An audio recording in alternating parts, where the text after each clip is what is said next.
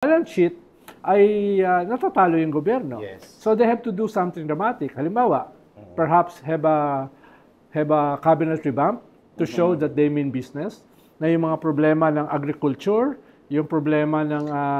So wait, so you already had DTI gone, you already had DOTR gone, you want DA also gone? Is that yes, what you're saying? Yeah. DA is about food. Yeah. And DA is negative. It's dragging down the economy, no? So ano yung nangyayari sa labor? There's nothing going on labor. Yeah. No, for the past 2 years. Di ba yung dalawa, tatlong distribution ng AKAP, yun ang sagot nila? Isa pa yun, yung budget. It's still taking a stall. Yeah. Oh, dahil yung pa rin na nasa consciousness ng tao na may nangyari dito. So they have to do something dramatic. Yeah. Isn't the AKAP gonna actually help them once people I think feel? it is, Yeah, yun nga. Yes and no. Because in terms of propaganda, ay Hindi maganda. negative ang AKAP. In terms of machinery, sa dulo, It may helps. positive siya. So, ano yan? Tatabla? Ninet. Or lalaman, no? Parang feeling ko mag-net sec. Kasi sa amin survey, lumalabas. Yun nga, that's what I wanna 6 out of 10 Filipinos support AKAP eh. They think it's beneficial. And in fact, close to 7 out of 10 want it expanded pa. Yes, And pero... then nag-distribute sila ngayon. Baka di ba kaya makatulong yun? Yeah, pero Prof, ito kasing cycle. surge na ito, ibig sabihin ay hindi ganun kalaki yung epekto ng AKAP. Tama. No? Hindi matatapatan eh. Itong surge na ito. Dapat kahit papano, natatapatan nila yon kahit papano, di ba? Yung mga surveys na lumalabas, at least 2 surveys na lumabas, ay parang walang epekto yung AKAP. Yeah. No? I don't think any event will approximate the incarceration of a deity like President This is Duterte. unprecedented. Yeah. This is a Literally. wild territory. Yes, but it's a battle of narrative. Yes. Ang problema, yung narrative ng mga biktima hindi naririnig. Ang naririnig ay yung narrative ng nakapaa si Digong, 27 medicines yung iniinom araw-araw, tapos he was na-violate yung kanyang human rights, na-violate yung kanyang due process. So yun yung dominant eh. Yeah. Ibig sabihin, in that propaganda Province war, of Hague daw tayo. They're Province making of points, Hague. in the propaganda war, natatalo yung gobyerno. So kinakailangan mag-scale up yung gobyerno o ayusin yung narrative. No, dahil NGO, civil society can do only so much. Yung gobyerno talaga ang aasahan na mag-create ng isang Okay, narrative. let's talk about that. Speaking of the narrative, the way I see it is parang organic, spontaneous yung narrative nila nagde-develop because of the hearings, right? Yeah. Like Remulla admitting the justice system failed. I think that was because they were berated by Aimee in the Senate. The Remulla brought context, right. Please. Richard, the justice system failed during the time that we were very clear, diba? During the time of Duterte. Was that there was nothing anyone could do because nobody could file a case. Yeah. Because dinodoktor sa baba pa lang. So, but I want to tease out from Seke yung maganda yung point niya about narratives. And it doesn't have to be propaganda for the administration. It can be actually a serious discussion of principled communication strategy. Of something as legitimate as the victims. Yeah. Diba? If there are real victims, it did really happen.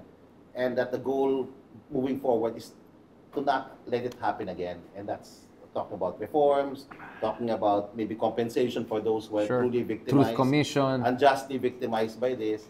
And maybe even rejoining the ICC. So maybe, you're right. Pero, sir, yung narrative. some issues for the narrative are slow burn. Yeah. Ang kailangan ngayon is quick burn. Yeah. No, ano ba yung peg sa narrative at Time saka frames na mabilisan magkakaroon ng impact? Dahil 1 month na lang eh. Anong tingin mo? Anong kailangan nilang focus? Or how do you separate the more long-term and the gestation versus the high impact? If I was going to, and this is not because I'm Okta na anymore. This is your political science hat, Na maganda pag-usapan din yung sinimula ng presidente. Nung sinimula yung kampanya, yung us versus them. Yung comparison na yun na hindi naman na-articulate correct. ng You mean the Lawag speech? The Lawag speech, that was the best moment, the finest moment. Ang problema, walang sumakay na senatorial candidate niya. Kasi walang credibility. Hindi, I think they just don't want to alienate anyone. Playing safe. And this kind of contest, mukhang that might actually work. That's the Senator Marcos position to alienate any group, di ba?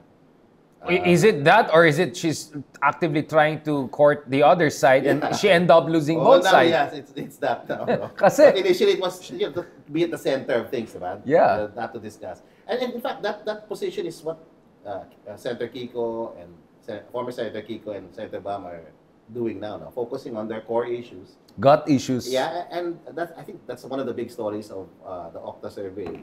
They're actually surging. We never... Ang kaibahan lang, Oh. ibig sabihin, kahit may nagsa-surge, masyado masikip eh. Oh, Yeah. Meron kang most probably 8 administration, Yeah. 2 independent, and possibly 2 administration. Pinaglalaban mo mga isa No. Dalawang Oo. Duterte side. Ah, Dalawang on the- Duterte. Yeah, Oo. possibly Bongo and Bato. Bato and Bongo. Tapos meron kang Ben Tulfo and Willie Revillame. Yeah. Oo. Tapos meron kang Balon na strong admin. Yes. So, Hirap parang nun, numinipis na eh. Yeah. Anong sabi ni Prop? Yung Tightening. tightening. Nagko-constrict na yung labanan, no? Kaya So how can they stand out? Even if there's Yeah. a surge, no? Yeah, exactly. So, how can they break that that kind of parang kumbaga, deadlock, kumbaga, di ba? Are they the same? Bam and, Divine intervention. well, aside from your spiritual Padre Leamaso, no, honestly, some would say that Bam and Kiko are not necessarily doing the same thing. That maybe Kiko actually is much clearer in terms of the issue of Sara impeachment or the ICC issue, while BAM seems to be much more inclusive. Yeah, but the data is Or showing ambivalent. but the data is showing the bump is experienced by BAM. Rather than Then Kiko. He's he's steady. The BAM numbers are is steady. about 4%. Yeah. Oh. And Pero- that, from January to now, about 6% sa Okta. Than Kiko. No, not Kiko. But his Kung own January, numbers, kung from January. to today. From the previous survey ng Okta, mga 4. Yeah. From So the his previous strategy four, is more vindicated. Except there's one possibility. What if Kiko is the secret candidate who will have that 5 to 10% bump should the day Could come? be. Then that will cancel out whatever. What's this talk about secret candidate? Why don't you No, enlighten me? but isn't historically that the case that in the Senate race, Sir Ronald, that there's Dahil the formal 12 slate? yung candidate ng administration, nabawasan ng isa. Yes. Si Aimee. Yes. So, meron ba silang ipapalit doon? Yes, no? yeah. Sa number 12. Hindi ba si Ben Tulfo? No? Ay. Well, pwede nilang kunin si Willie Revillame, pwedeng kunin si Kiko or Bam. Yun. No? Hindi naman sila kukuha sa mga Duterte. Definitely. Oo. So, kukuha sila either sa independent. Yeah. Halimbawa, si Willie Revillame kasi dinadala ni Chise. Yeah. No? Pwede ring one of the pinks, Kiko or Bam, Yeah. baka mahirapan kung dalawa. So, yan ngayon yung mga nego. Yan ngayon yung mga calculation na ginagawa. Doon sa pink, sa side na yun, no? Sa Liberal Party and their own movement. Well, BAM is going independent, Yeah, I know right? it's independent, no? BAM is saying basically he's independent. But, you know, is there some resurgence of, ano pa balita sa inyo? Are they going to organize? Are they organizing? Is everybody in that network? Well, they can only organize so much dahil hindi naman kasi partido yung pink. Yun nga, It's a movement, Yeah. no? So, Na medyo spontaneous masyado. Baka Yeah. too late naman Yeah. to create a new brand A spark, no? dahil 1 month na lang yung natitira, no? So, malaking bahagi na are negotiations, no? Yeah. Negotiations with Local influence politicians, groups, local politicians, religious groups Yes. like Iglesia ni Cristo, Yeah. etc. No? So, tingin ko, yan naman yung ginagawa nila early pa in the campaign. Pero ngayon kasi, dahil nagta-tighten na, tapos halos nawawala na yung 1 to 2 possible na opening. na pinagtatalunan, no? Nagsasara na nga. Baka pati nga yung isa nawawala na, Yun no? nga eh. No? Sana So, may dalawa pa, kaya pa eh. Pero Yun nga eh. isa na lang pinaglalabanan na pwesto eh. What about tactical voting? Yung idea na, kunyari, ikaw ay supporter ng genuine opposition. You want enough, kasi ang usapan dito ay impeachment ni Sara eh, di ba? The idea is, Kiko and Bam, of course, you want both of them in. But you also don't want some of the independent ones na within the range na pwede pa rin talunin na mukhang mas on the other side. So you can help some of the alyansa na mas sigurado ka who could vote against Sara. siguro yun yung difference ng mga ibang survey. Halimbawa, Diba? sa survey ng Okta ay mga number 9 si Bato. Sa survey ng isa, number 2. Three. No? 2 to 3. Three, yeah. So medyo malaking difference yun. No? Sa survey ng Okta, si Bato ay pwede pang talunin. Yeah. Doon sa Pwede pa survey malaglag, sa survey ng iba ay baka mahirapan na. Yeah. So, yan yung Hindi, for instance, Pacquiao, Sa F-survey nyo, may chance pa. And I won't be 12, surprised that Oh. maybe Pacquiao will be on the right side of Dahil, history. dahil si Pacquiao kasi, number 12. Should you help Pacquiao if you're also Tapos supporter kung of Bam? mag-scale up siya, tapos with the Admin. admin machinery, Pwede. may chance siya kumpara dun sa mga nasa labas ng 12 na hindi admin. Yes. Right. No, ilang sinasabi ko na Yeah. kumpara doon sa mga nasa labas ng 12 na hindi admin, mas may chance yung nasa dulo na 12 na admin, no? Going into the home stretch. Yes. Sir. Pero bagong phenomena kasi yung ganitong klaseng surge. Yeah, no, medyo no, it's different. incredible, Wow. Kaya nga ang tanong ko kay Prof, nangyayari ba yan in the past? Ang alam ko kasi hindi eh. Meron kang surge na mga 5% sa Yeah. compared do sa previous survey cycle. Yeah. Ito kasi nag-surge ka ng 15%. Yeah. no? Sa More than isang that for some in one survey cycle. Yeah, except Oh. these are people with very low base. Yeah. And Yeah. there's a ceiling, right? It looks like there's a ceiling Yes, too. pero Yeah, even but this is our then, this is our second survey Interesting. observing this rise. So will it continue in April? This is something that Right. we don't have data. Yun yet. nga, ako kasi, again, this is speculative, Yeah. but my sense is, lahat naman dito speculative. no. But there is the good speculative, there's the bad, and there's the ugly speculative. Hindi naman ito yung mga malapolvoron level na speculative. Hindi yan speculative. Deep fake, yeah. No, but going back to this, ako kasi my sense is like, if you're Jimmy Bondoc who were like 4 or 5%, going, let's say, even up to 20-25%, makes perfect sense. You know why? Because 20% of the people are aligned to Duterte. Yeah, that's so, the preference and then, survey, yeah. so I won't be surprised if more or less that's it, right? And we can see that, like Philip Salvador also is the dark horse, but he's not going way beyond that 20%-ish na solid idea. So I see here more consolidation of all Duterte-aligned candidates rather than a kind of an absolute jump, including the ceiling shifting. I don't know. That's one way of reading it for me. Another way of reading it is to accept the fact that there's a surge. There was an extraordinary circumstance or context that sparked the surge.